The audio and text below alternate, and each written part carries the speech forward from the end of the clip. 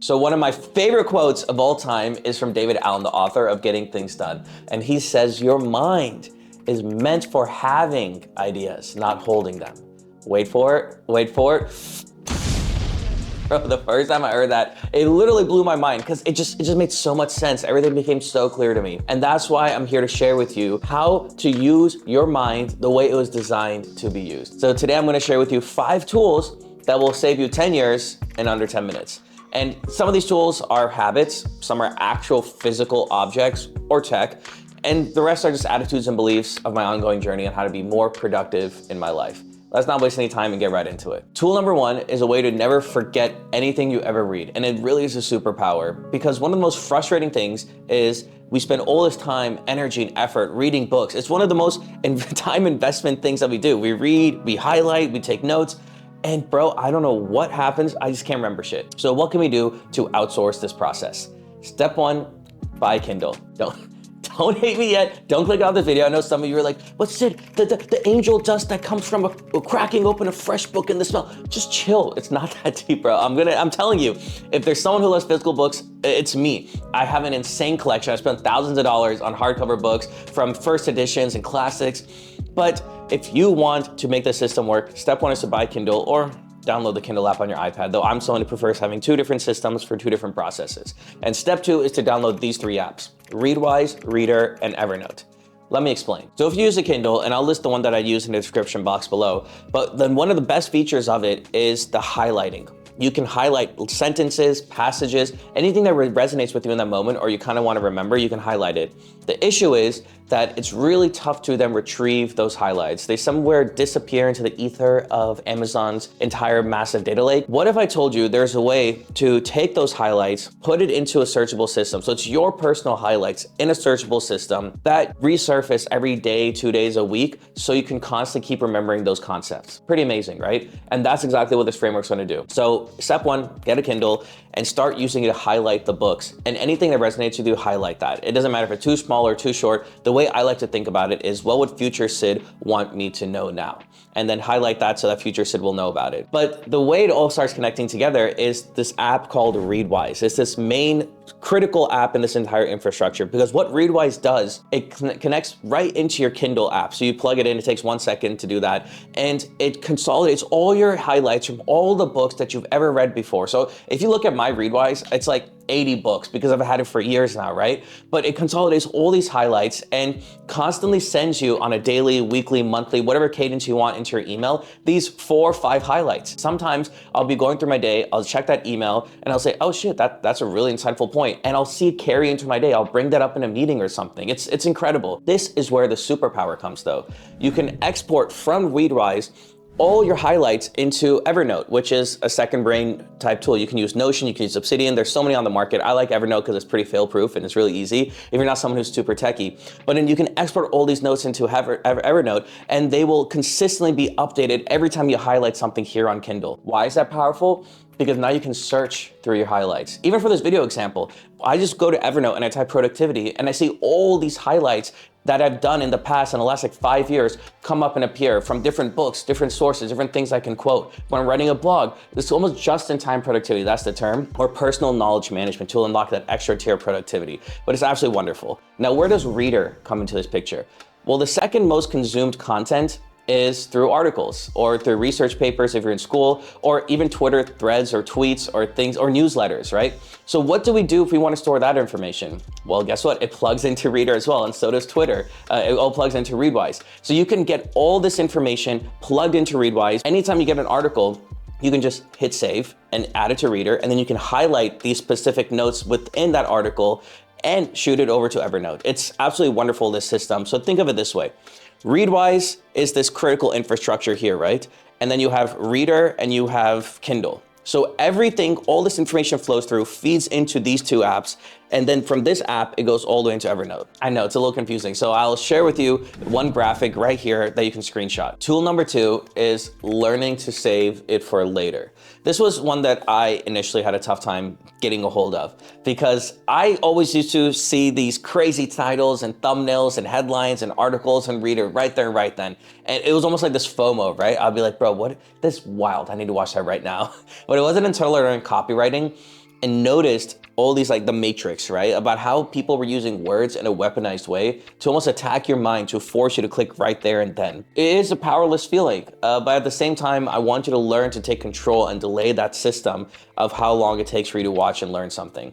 Because as you notice, all these clickbaits, what the BuzzFeed quiz of what type of flower are you don't really need those. Those aren't gonna help enrich your life. But there are certain articles and content and YouTube and whatnot that does enrich your life. So we want to prioritize and sort through those versus having our mind filled and our time filled with all this low quality content. The two features I want to introduce to you are, maybe you know this, maybe you don't, but this was definitely helpful for me, was YouTube's watch later feature. So when you're watching a video and you see something show up on your newsfeed or anywhere on Shorts, you don't have to watch it right there and then. If it looks really interesting, you can right click it and add it to a watch later playlist. This way you can start building an inventory of content that you really actually want to see.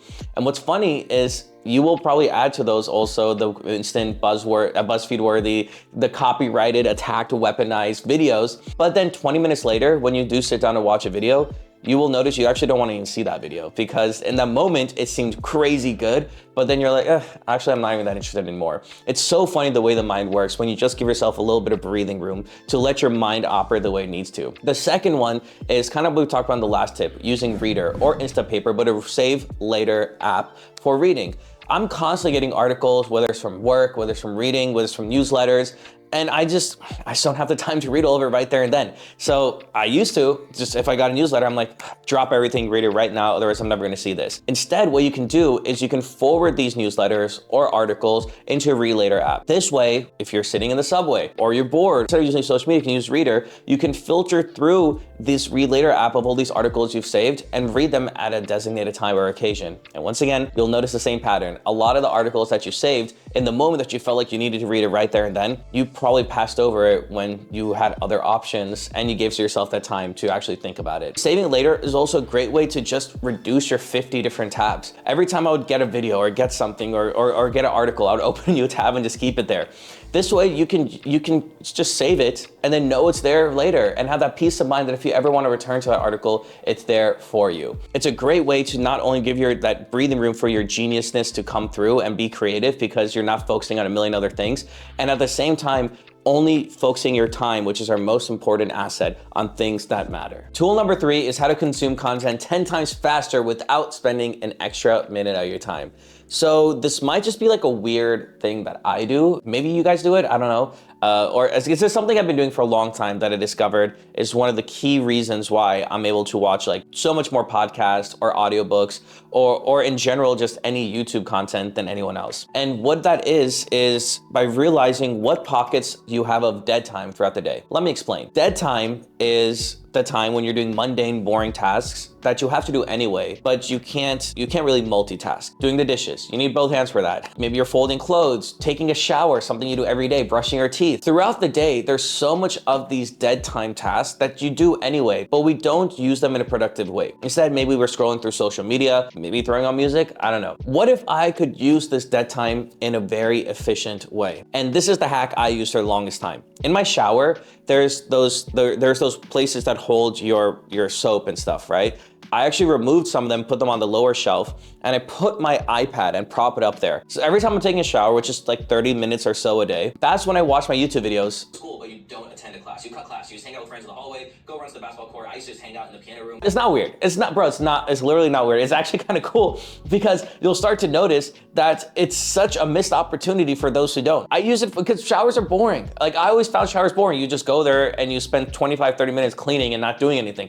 So by having an iPad there, I'm watching YouTube videos, I'm listening to podcasts, I'm going through my watch later playlist to see what I want to see next, and I'm listening on 1.5x speed, and I'm getting through so much content by its time that I've already would have spent anyway. I think it's brilliant. By listening to 30 minutes a day of content over a span of 7 days, I'm crushing like 3.5 hours of content than most people would have done anyways by just doing almost nothing new. If you put that in audiobook terms, that's a 300-page book a week. I'm crushing a book a week without even trying. And honestly, it's kind of entertaining because I would have spent that time being bored anyway. So find pockets of dead time in your life and see what you can do to make them more efficient. Maybe it's your daily commute in the subway. Maybe it's your walking the dog. Maybe it is for you doing all this, the laundry and the chores and the day-to-day tasks that you need to do. Just pop in your headphones and listen to that audiobook, or go through your watch later playlist, or do something instead of just doing the task itself. And it will literally, you'll see how crazy it is that you used to live life in a way before where you would just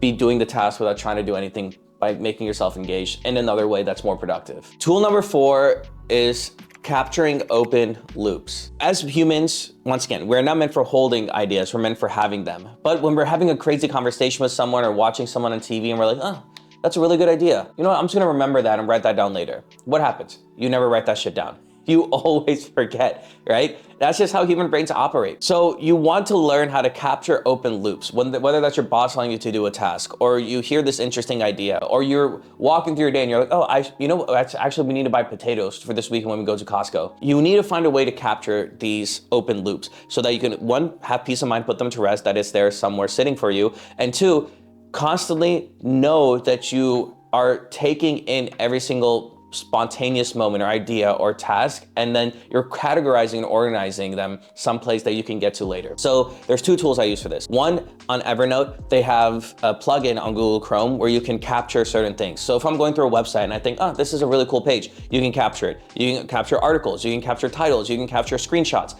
Anything that ever resonates with you in the moment, just throw into your second brain. Don't try to be so perfect about what you think should go in there. If anything ever you feel you want to remember for later, or you like the way that looks or something that's interesting, just capture it, throw it in your second brain, and search it later. At least you know it's there for you, right? Once again, think what future Sid would not want, not right now. Second is using a to-do calendar app like Todoist or Things 3. I used to use both, but I found Todoist to be more helpful because there's more plugins available for it. But I have a widget on my phone that anytime I think of anything, I just hit plus and add a task, and then I go through it later. I'm not really perfect about what I want to do in that moment, but the best thing about something like a Todoist or Things 3 is you can even screenshot links, because most of our work as knowledge workers is online. So sometimes it's responding to an email, or it's looking at this website, or it's filling this form or this Google Doc. So what you can do is create a short key where you just screenshot or save that entire link, and you can get through back to it from Todoist or something. So you want to be able to constantly have that mindset of capturing open loops. Anything you hear, anything you think of, immediately put it, if it's a task related, put in Todoist. If it's something that you want to save for later, like an article, a newsletter, or whatever,